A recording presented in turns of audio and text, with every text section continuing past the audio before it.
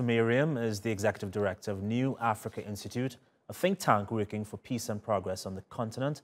And he joins us from New York, so it's a pleasure having you in the program. Thank you for your time. Firstly, as you just heard, there are fears of a possible all-out war in Ethiopia as TPLF forces close in on Addis Ababa. What do you think it will take to end these hostilities?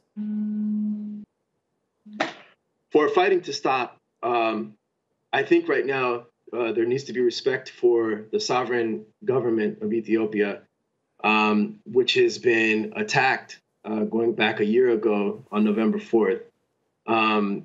As a result of these attacks, this country has been plunged into conflict.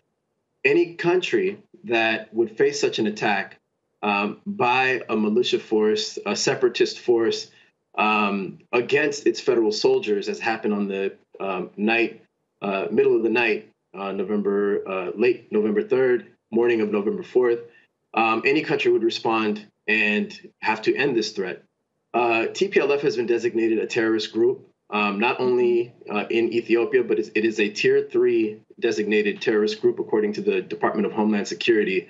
And so being a terrorist force, the government of Ethiopia has a responsibility to its citizens to apprehend the criminals, and they continue to terrorize the region, going through not only in the Tigrayan region. They've expanded on the offensive since since a unilateral ceasefire at the end of June.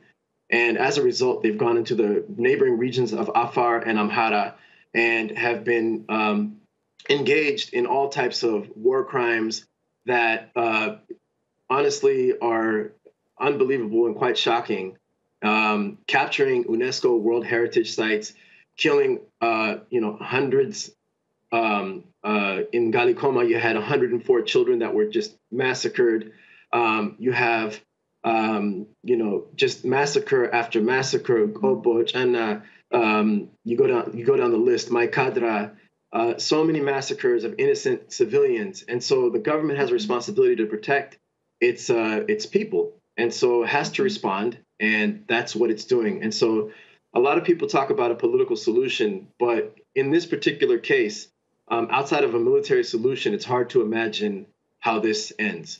One of those, if I can cut in, one of those responses came from the Prime Minister himself.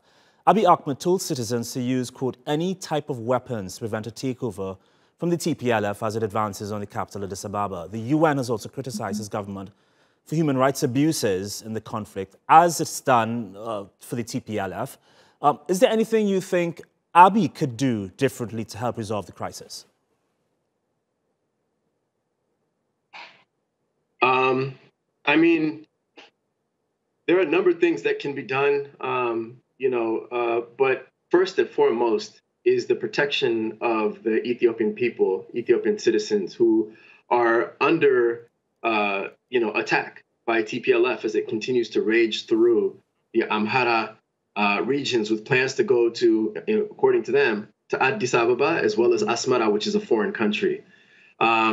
This is, a violation of international law, trying to invade another country, and it's not even the legitimate government of the Tigray region, let alone the nation.